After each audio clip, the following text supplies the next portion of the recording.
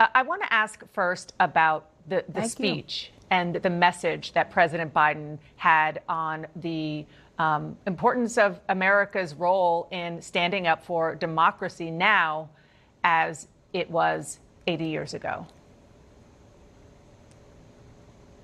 Well, first I want to say how exhilarating it is to be here. Our purpose in coming to the D-Day observance, as we have done for a number of years, is to thank our men and women and our veterans. And each year the number is smaller, the age is older, the enthusiasm is ever more increased. To see them, to hear about they don't talk about their bravery. They just said we did our job. We did our job. So let me just say the purpose of coming, of course, is to observe, but to thank first and foremost.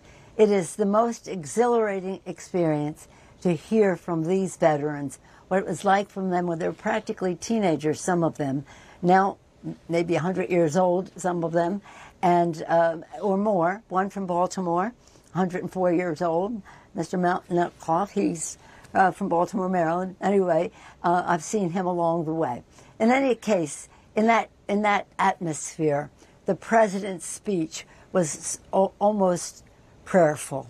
It was so beautiful in terms of the sacrifice that they made at the time, the purpose of it all for democracy and freedom, and the inspiration they are to us to protect it as we go forward.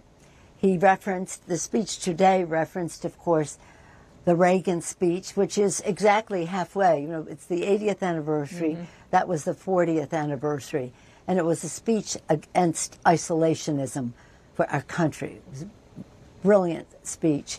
And the president referenced that with our own call for understanding our role in the world. And as President Reagan said at the time, it's better to prevent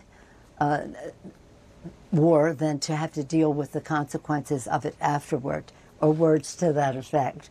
So we were very proud of the president's speeches both days. Yesterday at the ceremony, then in the evening at the international ceremony when he was magnificently received, being brought in by President Macron, and then the speech today. It was about values, about patriotism, it's about what America is all about and has been about, but it's mostly about the veterans and the sacrifice they made for love of country. It wasn't even any question. I took pride in telling them in 1970, when I led a delegation there, not 1970, the 70th anniversary, the 75th anniversary, and on this anniversary, that my uncle Johnny D'Alessandro died on the way to the Battle of the Bulge. He's buried in France. And they said to me, they said, oh, yeah, we went there next. So they not only did they storm the beaches of Normandy and the rest, that was just the beginning. But they kept fighting for 6 more months. Yeah. To the Battle of the Bulge, which was a turning point. Absolutely. And what you have described and what we saw from President Biden on this trip, clearly intentionally, not just sending a message to the world, that is first and foremost his goal, but also back here in the U.S., cautioning about the fragility of democracy. And it was quite a contrast from what we heard from the former president, his rival to take the White House again, Donald Trump. I want you to listen to what he said yesterday. The word revenge is a very strong word, but maybe we have revenge through success. Revenge does take time, I will say that. It does. And sometimes revenge can be justified, Phil. I have to be honest. You know, sometimes it can. What's your response? Well, I don't respond. I mean, let me just say this.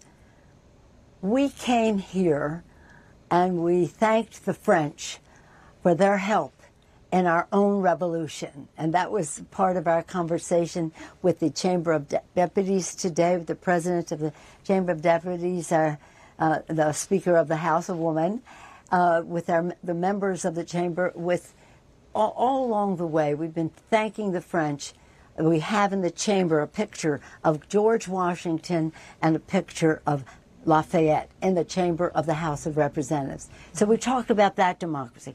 We talked about what happened 80 years ago on the beaches of Normandy when our troops went there for freedom. So freedom at the beginning of our country and their help to us, our help to them and to the world for democracy to fight Hitler 80 years ago. And then we had with us Zelensky. The response that he received was so overwhelming. I don't know if you saw it there, but in the stadium that we were in, it was just overwhelming. People from all over the world, but mostly all over the countries that had fought against Nazism and fascism, just giving them an uproarious applause. And to see him hugging our veterans and they're hugging him back, calling him a hero, was just so beautiful. So why don't we be inspired by what is good out there and not have this, and really, quite frankly, there's so many good things to be happy about. And at the time that we're observing the 80th anniversary of Dwight David Eisenhower, the Supreme Allied Commander who would then become President of the United States, masterminding this victory over Nazism. It's so to hear that kind of thing is, save it for another day, or if ever. But I don't want to respond to that. I'm on too much of a high from the veterans to spend any time listening to him. I want to ask you about another democracy, the one in the Middle East, Israel, of course, and the fact that the Israeli Prime Minister Benjamin Netanyahu is now set to address Congress on July 24th. One of your close colleagues, Congressman Steny Hoyer, said, quote, "There will be a lot of disruption and it will not be helpful for Israel or its supporters." If you were still Speaker, would you have invited him? Interesting. No, absolutely not. Absolutely not. I think that I think this is wrong. Frankly, I didn't approve of his being invited the last time, but the Speaker just on his own invited him without consulting with the rest of the leadership. And he came and he criticized President Obama for the masterful work that he had done with the nuclear agreement regarding Iran to stop them from developing a nuclear weapon. And I thought it was completely inappropriate. I feel it's very sad that he has been invited, but who knows by then, will he still be Prime Minister? Or what is Benny Gantz going to be saying tomorrow? What's happening? Everything I read is that they're unhappy about this, they're unhappy about that. Not just Benny, but other members of his cabinet. I wish that he would be a statesman and do what is right for Israel. We all love Israel. We fought for Israel. October 7th was terrible. Hamas is a terrorist organization. They're dedicated to the destruction of Israel. The hostages are not freed. The people of Gaza are suffering. We need to help them and not have him stand in the way of that for such a long time, he being Netanyahu. So I think it's just, I think it's going to invite more of what we have seen in terms of discontent among our own people about what's happening there. Let's try to have a two-state solution to make peace in the region, rather than coming to the capital to draw protesters. So just real quick, your colleague in the Senate, Chuck Schumer, effectively said he is agreeing to this because this is about more than just one man, and it's about the support by the United States of Israel. We're almost out of time, but do you think that that is fair, or do you think that just the entire notion of him coming is wrongheaded? Well, I don't think it's a wise decision, but I respect other people to have their own view of it. Got it. And Chuck is a strong supporter of Israel, as am I. And because I don't support Netanyahu doesn't mean we don't support Israel.